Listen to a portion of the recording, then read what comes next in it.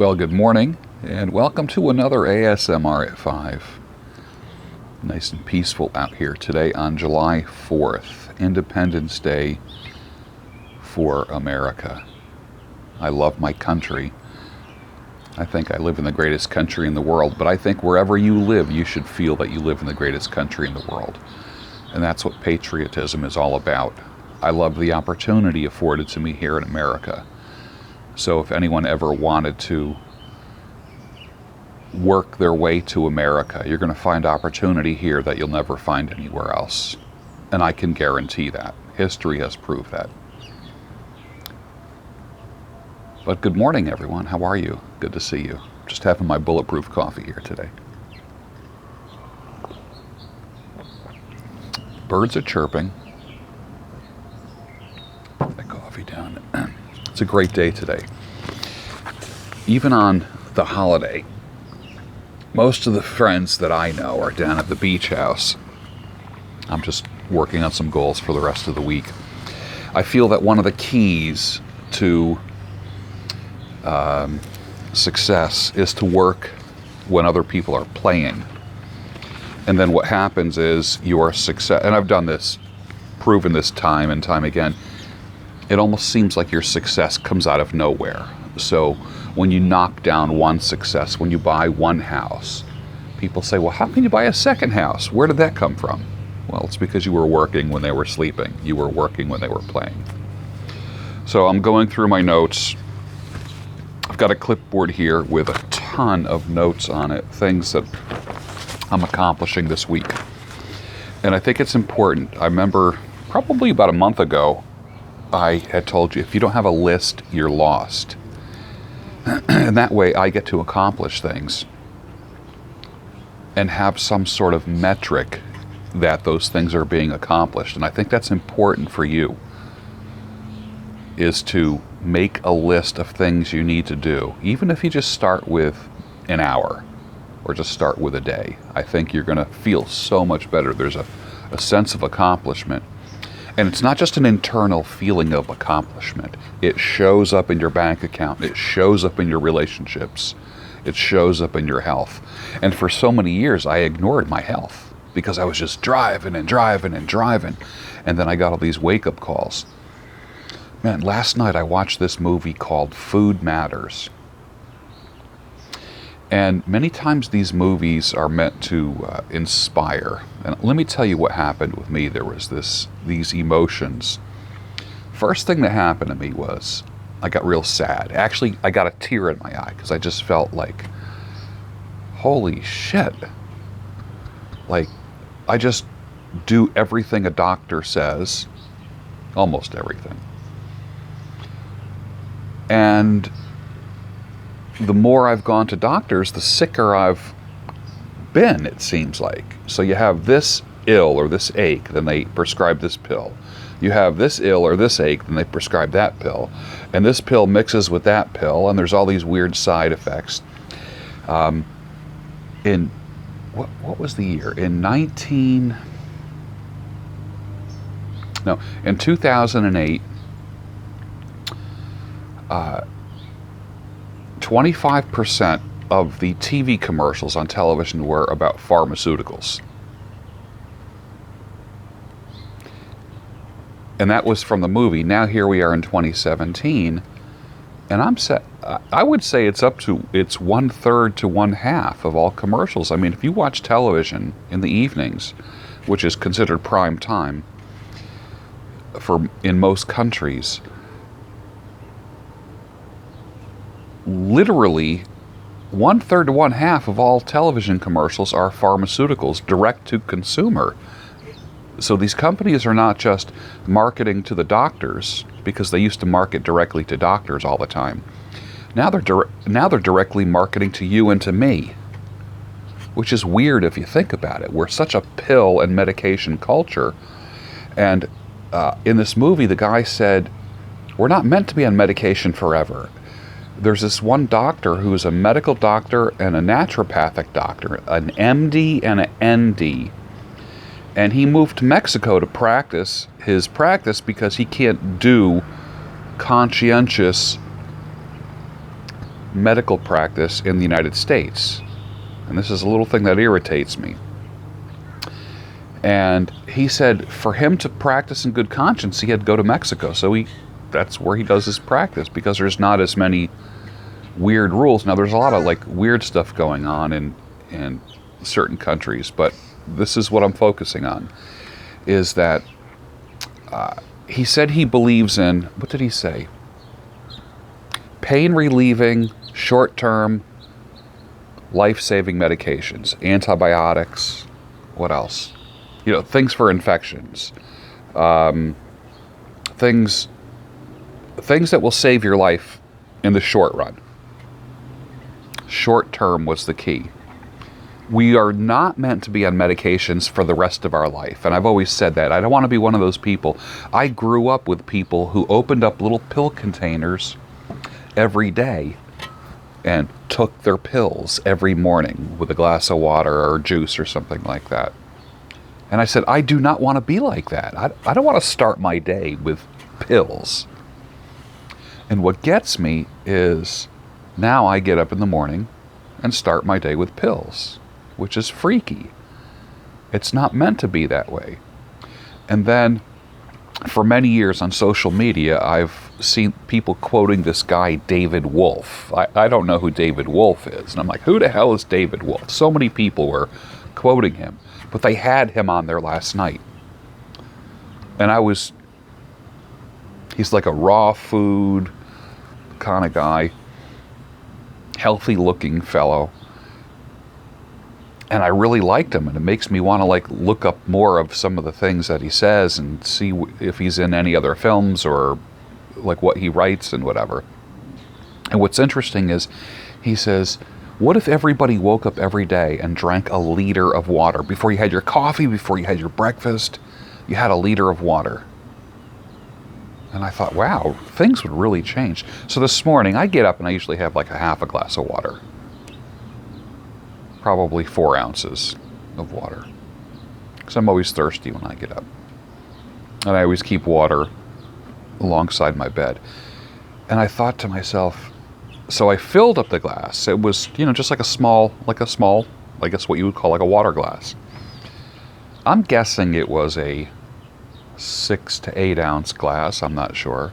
It's one that I just keep on the counter. When I'm thirsty, I just get a glass of water. And I went, just gulped that down. And it felt weird drinking 8 ounces of water, immediately. And I'm thinking, God, I could never drink a liter. But maybe I'll try. I don't know. Maybe tomorrow will be a glass and a half, and I'll work my way up. Now, during the day, I've increased my water intake probably by 3 to 4 times during the day. But upon waking, a liter of water? Well, anyway, so much of this movie made sense. My first reaction was it was sad. And I literally had a tear in my eye. Almost crying, thinking that I've been doing it wrong all these years. And then that cycled from sadness to madness. And then I was angry, feeling like I've been misled for decades. So when I hear people say, shop the perimeter of the grocery store and not inside, because guess what's on the perimeter? What's on the outer side? Like when you go inside of a supermarket, what's on the outside of the walls? All the fresh stuff. And what's inside the middle of the grocery stores? All the junk, all the processed foods. And we were born, our bodies are made for fresh. Our bodies are not made for processed stuff that can sit on a shelf forever. Who was it that made that movie where a guy bought a hamburger, and years later the burger wasn't decomposing? It didn't. Now, how weird is that when you buy a burger at a fast food restaurant and the darn thing doesn't decompose? Food decomposes. I know. As a animal rescue person, I put fresher food out, and I'll tell you what, the fresher food goes bad pretty fast. That's why it's got to be replaced twice a day. But in the American diet, you can have food, put it out, and there's certain foods that will last forever and not change. Food is supposed to like decompose and get moldy. It's not supposed to just sit there and look like nothing's happening. That's what's kind of like weird about the whole food thing. Don't even get me going on that, but that might be part of the new skincare regimen, that type of studying as well. So I went from sadness to madness, from being tearful to being angry at being misled, and then wondering why my body is acting up.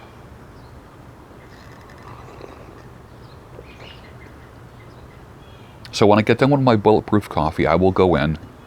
I'm going to make a breakfast. This morning will probably, I'm not sure what I'm going to have. I'm here. I spend the summers by myself, which I love. The housemate goes to the shore for the summer, and I am by myself all summer long. Just me and the indoor animals and the outdoor animals, and I have a good time. And I go out and join friends every now and then. And I have a blast. And it's peaceful for me. I don't have the TV on. If I want to watch Netflix or Amazon Originals, I do that and I turn them on. When I'm done with them, I turn them off.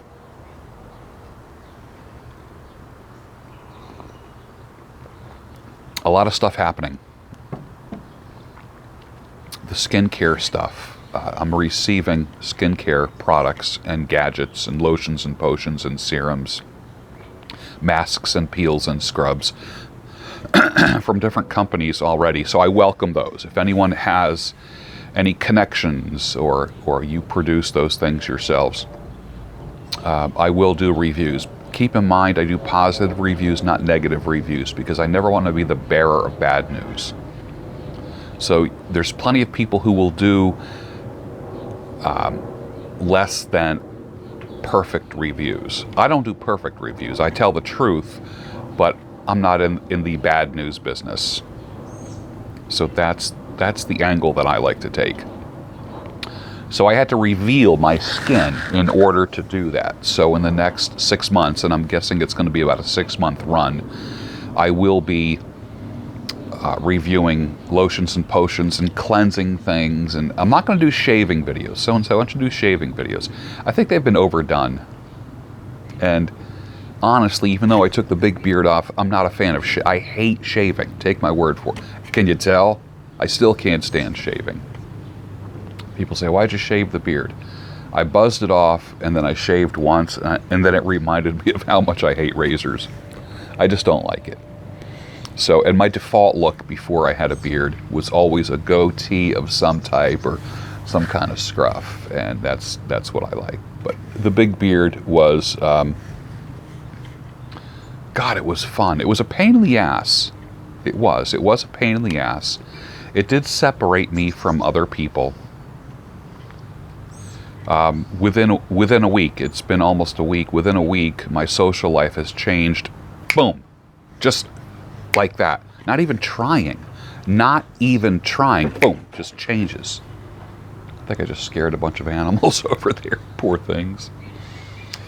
So, but I want to be able to have enough skin exposed to do things like I'll be doing a mask on half my face and then comparing now you see a lot of pretty girls on YouTube. I watch a lot of skincare and health videos and things like that. Boy, you know, it's easy to be handsome and pretty when you're 25. I love it when the 21-year-old girls do their skincare videos and the 25-year-old guys do their facial peels. You know what? When you're 21 and 25, everybody's handsome and beautiful. Everybody is. So one of my goals is to increase the age of my watching audience, because I'm not an anti-aging guy. We're going to age. We're going to age. I'm generally healthy. I'm generally strong. I generally eat well. I've decreased the bad things in my life. You know, alcohol down 90%. Literally, I'm just a sipper now. I don't drink. Drug use, that completely ended. And I'm talking recreational drug use. As far as exercise, I used to be a gym rat. Thank God I was, because I will tell you right now, even though I'm closer to 60 than 50, when I go to my doctor, she says, oh, I can tell you used to work out, or you were an athlete, or you were... And I'm thinking, well, yeah, I was an athlete, not a very good one, but nevertheless, the upside of that was I was on a field every day, running, in a gym, lifting, and all that. And that does seem to increase my BMI, which is very deceptive, because when I step on a scale, when I do that BMI calculation, the BMI tells me I'm obese. Now, do I look obese to you? No, it's because I have more muscle mass than the average guy that's my age. 5'11", I'm now under 200 pounds, and it's telling me I'm obese, which is weird. That's weird. All my pants are falling off of me. I went from when I first started doing these videos, I was an extra large. Now I'm a large, and even some of the large clothes are starting to get a little bit loose on me. It's interesting. I would put on a large jacket, and I would just go like that and just split down the back. I ruined all my large clothes because I became extra large. So now I'm enjoying having a smaller build. I'm going for more lean. Look at the sunshine coming out of the clouds. That's nice. I'm opting for a leaner look as opposed to a more bulky look, which I just feel healthier. Feel so much healthier. So in the next 6 months, I'm going to be doing a lot of skincare, internal and external. Remember what I said about beards. Beards grow from skin, so healthy skin is going to produce healthy hair. So I think it's going to be of special interest to beardsmen, only in the sense that if you want a healthy beard, and when I grow a beard again, when I turn 60, and that's my commitment to myself, because I did like my beard. It was the most fun pain in the ass that I ever did for 22 months. But I will say this, when I do it again, when I turn 60, I will not go through a lot of the same stuff. I was a guinea pig for 22 months. I'm not going to be a guinea pig the next time I grow it. But until then, I'm going to be experimenting a lot with my skin. So this right here is 1 day's growth, not the goatee. I'm just going to put this right here. So you'll notice that when your hair turns white, it looks more transparent. When my hair was black, and now my eyebrows are starting to kind of get salt and pepper a little bit. But when my hair was black, you could see this very darkly. You'll notice, like for instance, when I get haircuts, I don't go really lower than like a 3.5 on the sides. If I did anything lower than a 3.5, like there's times where I've gotten a 1.5 or a 2, and it looks like I'm bald. Look, all you see is skin. So that's why I like there's a threshold when your hair turns white. So I'm continuing cutting hair. Still the top beardsmith in the world. Some of the biggest, best, beautiful beards that you see all over the web still sit in my chair. Some of the most handsome people you've ever seen sit in my chair. Some of the most beautiful women in the world sit in my chair, and I'm increasing my female clientele. Again, I'm going back up to that again. And I can't wait to get back into that full swing again, because I had to leave the world of retail and the mall. And right now I'm doing mobile visits, and we'll be opening up a studio, I'm not sure, temporarily in Pennsylvania, and then permanently in Florida. And then, of course, traveling, doing hair shows and that kind of thing. So, exhibitions and trainings and all that stuff. I've opted for a more natural, organic look with my hair. No more stuff. Nothing against... People say, why are you hating on pomades? I'm not hating on pomades. I'm not. Everything goes in cycles. Everything. I am old enough to see cycles come and go. I've watched straight leg jeans disappear and bell bottoms come back. I've watched long hair go. I've watched it come back. I watched beards go. I watched them come back. I've watched goatees go. I've watched every kind of style you can imagine comes and goes in cycles. So right now, everyone's putting stuff in their hair. That's cool. My best friends work for and have created some of the biggest pomades, and I guarantee you might even be using some of them if you're a guy. As far as the females are concerned, I know the female audience is going to grow as far as skincare is concerned. With guys aren't as concerned about skincare as women are. That's what I've noticed. Like for me, my gray, a man will go gray and not be bothered as much by his wrinkles. Like look at my face. I mean, I can see some are wrinkles, some are scars. When I get close, can you see that? All right, women would freak out. There's not a lot of women who wake up at 5 o'clock in the morning and start doing videos. But I have no problem doing it. It doesn't matter to me. Women are really interested. Like now that I'm just, if I'm jumping back in the dating world, women aren't as spontaneous as guys. If a woman called me and said, hey, let's go to a movie and go grab a bite to eat, I'll be over and pick you up in 30 minutes. I'm like, cool. I splash water on my face, put on a new shirt, brush my teeth, and I'm out. Try doing that with most women. They need a couple hours to get themselves ready, and that's okay, man. I have no problem with that. I had a girlfriend years ago, and I used to say, why do you take so long to get ready? Because while she was getting ready, I'm out there checking the oil in my car and, checking the hoses and the belts and that kind of thing. It was kind of funny. And I used to joke around. I said, God, if I ever dated a woman who didn't wear makeup, the engine in my car would probably seize, because that's about the only time I ever checked the oil. But I said to her, why do you take so long to get ready when we go somewhere? And her answer was profound, and I'll never forget this as long as I live. And if I ever see her again, I'm going to remind her of this. She said to me, I want to keep you coming back. And I thought, not only is that a sweet answer, but it's the right answer. So I can't wait to start appealing to the female audience when it comes to skincare. 22-year-olds doing skincare teaching and product reviews is one thing. But having an old guy doing skincare stuff, that's a different story. It's easy to look pretty when you're 22 years old. It's easy to look handsome when you're 22 years old.